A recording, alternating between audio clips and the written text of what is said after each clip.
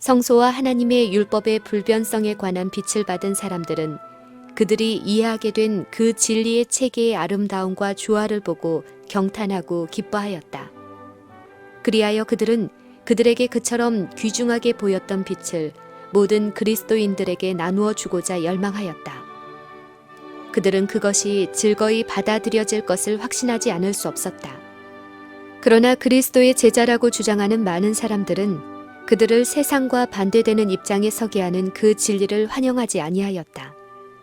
십계명의 넷째 계명을 순종하면 희생이 요구되므로 많은 사람들이 진리에서 돌아섰다. 안식일에 대한 의무가 제시되면 많은 사람들은 세속적인 관점에서 다음과 같이 말한다. 우리는 언제나 일요일을 지켜왔다. 우리의 조상들도 그날을 지켰다. 경건하고 선량한 많은 사람들이 그날을 지키다가 행복하게 죽었다. 그것이 그들에게 옳은 일이었다면 우리에게도 옳은 일이다. 그런데 이 새 안식일을 지키게 되면 필연적으로 세상 사람들과 조화가 깨져서 그들에게 아무런 감화도 줄 수 없게 될 것이다. 제7일을 지키는 하나의 작은 단체가 일요일을 지키고 있는 온 세계를 대항하여 어떤 일을 성취할 수 있을 것인가? 유대인들도 그와 같은 논법으로 그들이 그리스도를 거절하는 일을 정당화시키고자 노력하였다. 그들은 그들의 조상들이 희생 제물을 드림으로 하나님의 간합하심을 받았는데 그 자손들이 그와 동일한 길을 따름으로 구원을 얻지 못할 이유가 있느냐고 하였다. 마찬가지로 루터 당시의 법왕 교도들은 참 그리스도인들이 천주교의 신앙을 가지고 죽었으므로 그 신앙이야말로 구원을 얻기에 충분한 것이라는 논리를 전개하였다. 그와 같은 이론은 종교적 신앙과 행위의 발달을 효과적으로 방해하는 것임이 입증될 것이다. 많은 사람들은 일요일을 지키는 것이 여러 세기 동안 확립된 교회 전반의 관습이요 교리라고 주장했다. 그러나 이에 대하여 안식일과 안식일을 지키는 일은 더욱 오래된 일이요 더욱 널리 보급되었던 일이며 세상 그 자체만큼 오래된 것이요 하나님과 천사들이 다 같이 인정한 것이다. 세상의 기초가 놓이고 새벽 별들이 함께 노래하며 하나님의 아들들이 다 기쁘게 소리할 그때에 안식일의 기초도 놓였다. 그러므로 우리가 이 제도를 존중히 여기는 것이 당연한 일이다. 그것은 사람의 권위로 제정되거나 사람의 전통으로 세워진 것이 아니오 옛적부터 항상 계신 분으로 말미암아 세워지고 그분의 영원한 말씀으로 명령되었다. 일요일 준수의 근거. 사람들의 주의가 안식일 개혁 문제로 쏠리게 되자 일반 목사들은 하나님의 말씀을 왜곡시켜 의심하는 사람들의 마음을 가장 잘 진정시키는 방향으로 성경의 증언을 해석하였다. 그러자 스스로 성경을 연구하지 않는 사람들은 그들의 마음에 맞는 그 결론을 받아들이는 데 만족해버렸다. 많은 사람들은 이론, 궤변, 교부들의 유전, 교회의 권위 등으로 그 진리를 뒤집어 버리고자 애를 썼다. 그러나 안식일 진리를 옹호하는 자들은 오직 성경만으로 넷째 계명의 진실성을 수호하고자 하였다. 그들은 비천한 사람들이었으나 진리의 말씀으로 무장하여 학자들의 공격을 대항하였다. 그런데 학자들은 그들의 웅변적인 궤변을 가지고서는 학계의 교묘한 이론보다는 성경에 정통한 그 사람들의 솔직하고 기탄 없는 논증에 대항할 힘이 없음을 깨닫고 화를 내면서도 한편으로 경탄에 맞이 아니하였다. 그들에게 유리한 성경의 증언이 없음을 깨닫자 많은 사람들은 일찍이 사람들이 그리스도와 그분의 제자들에게 똑같은 논법을 어떻게 사용하였는지를 잊어버리고 완고한 태도로 다음과 같이 부르짖었다. 왜 우리 편의 큰 인물들이 이 안식일 문제를 이해하지 못하는가? 너희와 같이 믿는 자는 극히 소수이다. 그러므로 너희가 바르고 세상의 모든 학자들이 다 잘못이라고 할 수는 없는 것이다.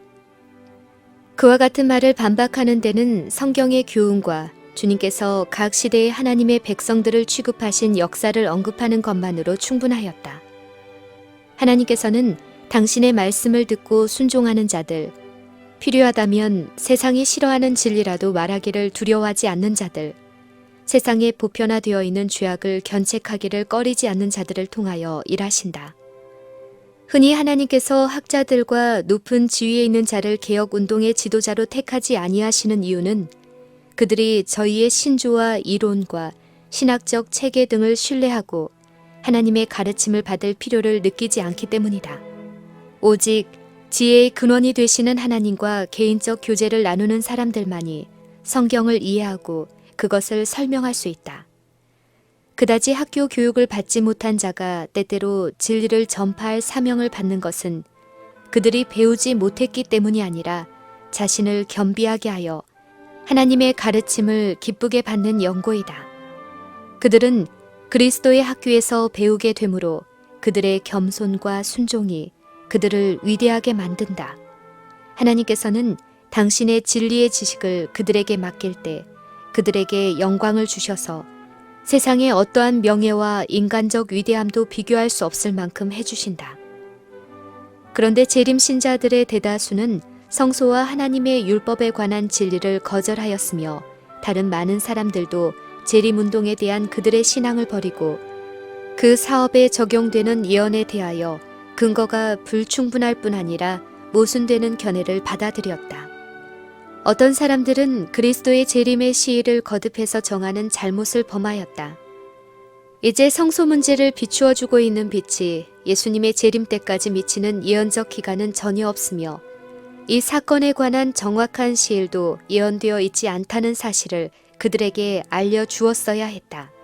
그러나 그들은 그 빛에서 돌아서서 주님의 오시는 날을 계속해서 정하였으며 그때마다 그들은 거듭 실망을 당하였다.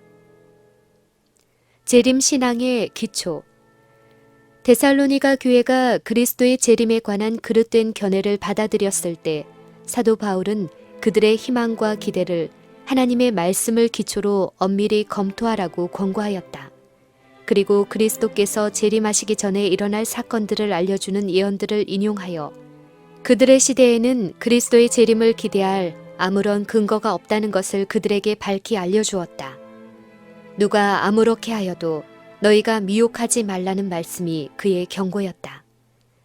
만일 그들이 성경에 의하여 인정할 수 없는 것을 기대한다면 그들의 행동은 그릇된 대로 이끌려가게 되고 실망으로 불신자들의 조소를 사게 되고 낙담하는 위험에 빠져 결국에는 그들의 구원의 필수적인 진리까지도 의심하도록 시험을 받게 될 것이다. 데살로니가 사람들에게 준 사도의 권고에는 말세에 사는 사람들을 위한 중요한 교훈이 포함되어 있다. 많은 재림신자들은 주님께서 재림하시는 분명한 시간에 그들의 신앙을 두지 아니하면 준비하는 일에 열렬해지거나 부지런해질 수 없다고 생각한다. 그러나 그들의 희망이 아무리 여러 번 생겨날지라도 그때마다 그것이 무너져 버린다면 그들의 믿음은 결국 예언의 큰 진리를 거의 깨달을 수 없으리만큼 타격을 받게 된다. 첫째 천사의 기별을 전하면서 심판에 대한 분명한 시기를 전파한 것은 하나님께서 명령하신 것이었다. 이 첫째 천사의 기별의 근거가 되는 예언적 기간의 계산, 곧 1844년 가을에 2300주야가 마친다는 사실은 아무 의심 없이 입증된다. 그러나 예언적 기간의 시작과 끝에 관한 새로운 날짜를 발견하고자 거듭 노력하고 그와 같은 입장을 지지하기 위하여 부당한 이론을 세우는 일은 사람들의 마음을 현대 진리에서 떠나가게 할 뿐 아니라 그 예언의 해석을 위하여 기울인 모든 노력을 모독하는 일이다. 재림에 대한 분명한 시간을 정하는 일은 하면 할수록 또한 그와 같은 가르침이 널리 보급되면 될수록 더욱 사단의 목적에 잘 부합될 뿐이다. 그 시기가 지나가자 사단은 재림을 주장하던 사람들을 조롱하고 모독하도록 자극하여 1843년과 1844년에 있은 큰 재림운동에 치욕을 끼친다. 그리하여 그 오류를 고집하던 사람들은 마침내 그리스도의 재림을 지나치게 먼 장래에 속한 일로 결정할 것이다. 그들은 그릇된 안일에 빠지게 되고 많은 사람들은 기회가 다 지나갈지라도 깨닫지 못하게 될 것이다. 고대 이스라엘의 역사는 재림 신도들의 과거의 경험을 설명해 주는 좋은 신뢰가 된다.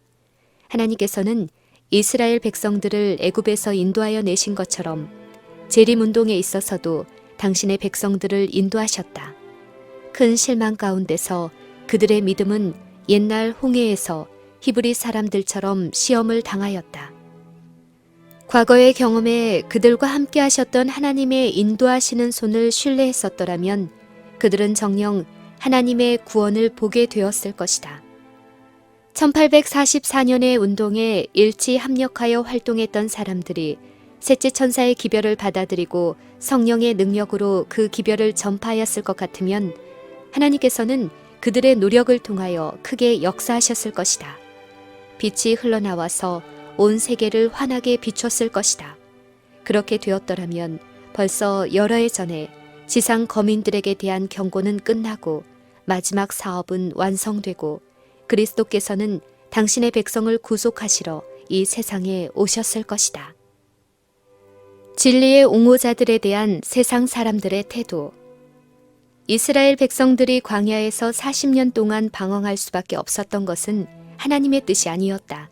그분께서는 그들을 똑바로 가나안 땅으로 인도하여 거기서 그들이 거룩하고 행복한 백성으로 정착하게 하시고자 바라셨다.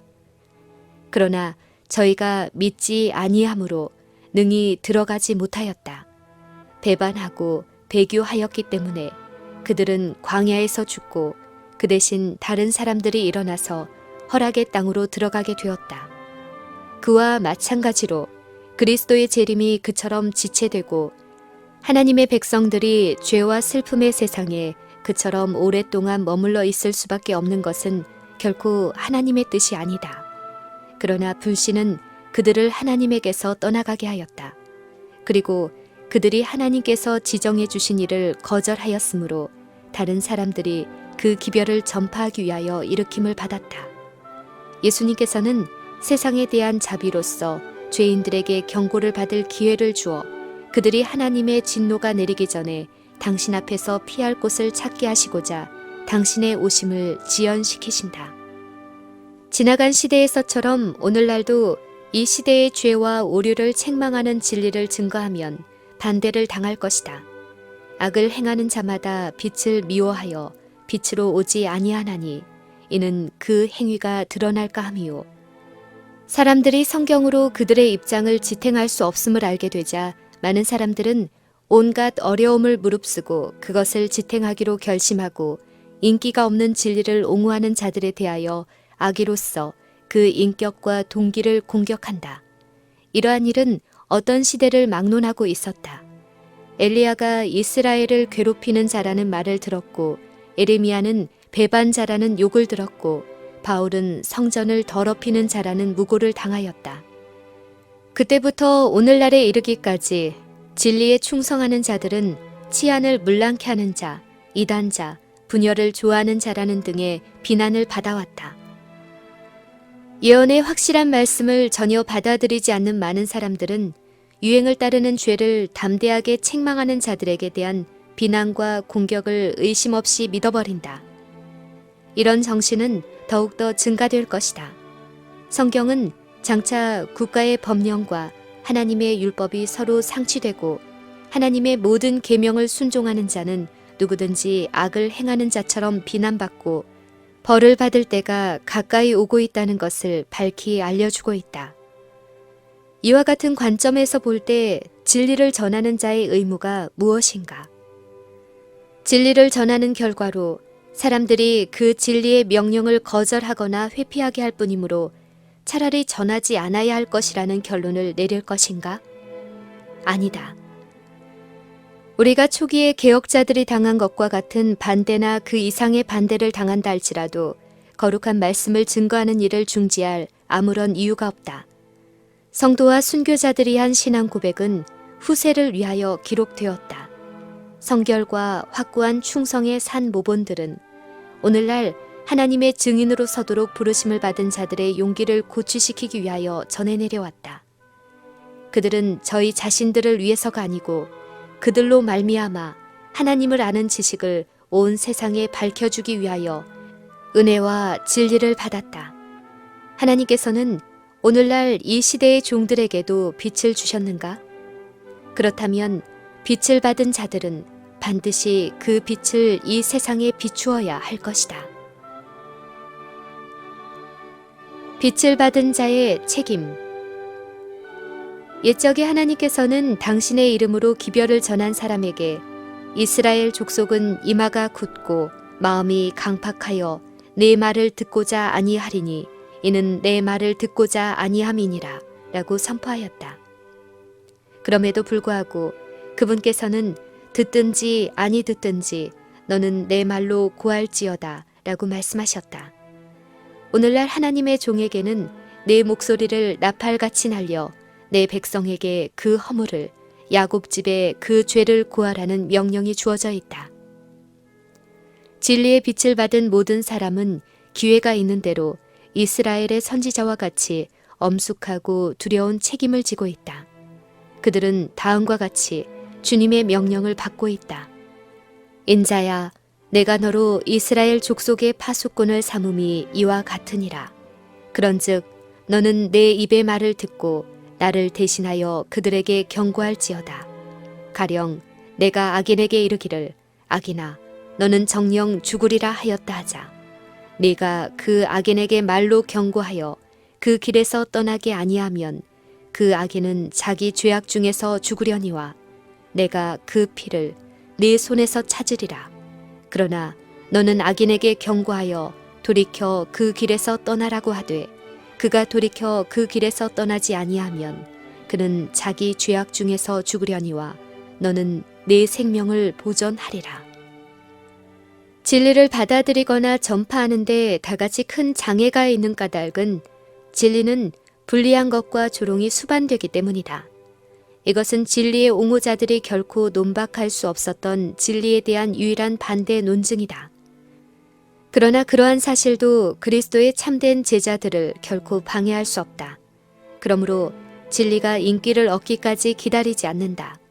그들의 의무를 깨닫게 되면 그들은 자원하여 십자가를 지고 사도 바울처럼 우리의 잠시 받는 환난에 경한 것이 지극히 크고 영원한 영광에 중한 것을 우리에게 이루게 하는 줄로 여기게 된다. 그리고 성도와 같이 그리스도를 위하여 받는 능욕을 애굽의 모든 보화보다 더 큰 재물로 여기게 된다. 신앙적 문제에 있어서 원칙보다 지략으로 일을 하는 자들은 그들이 무엇이라고 공언할지라도 이 세상을 섬기는 자들에 불과하다. 우리는 옳은 일이기 때문에 바른 길을 택하고 그 결과는 하나님께 맡겨야 한다. 세상의 위대한 개혁자들은 원칙적이고 믿음 있고 용기 있는 사람들로 말미암아 이루어졌다. 오늘날 개혁 사업도 그와 같은 사람들로 말미암아 진척되어야 한다. 주님께서는 다음과 같이 말씀하신다. 의를 아는 자들아, 마음에 내 율법이 있는 백성들아, 너희는 나를 듣고 사람의 회방을 두려워 말라. 사람의 비방에 놀라지 말라. 그들은 옷같이 좀에게 먹힐 것이며 그들은 양털같이 벌레에게 먹힐 것이로되 나의 의는 영원히 있겠고 나의 구원은 세세에 미치리라.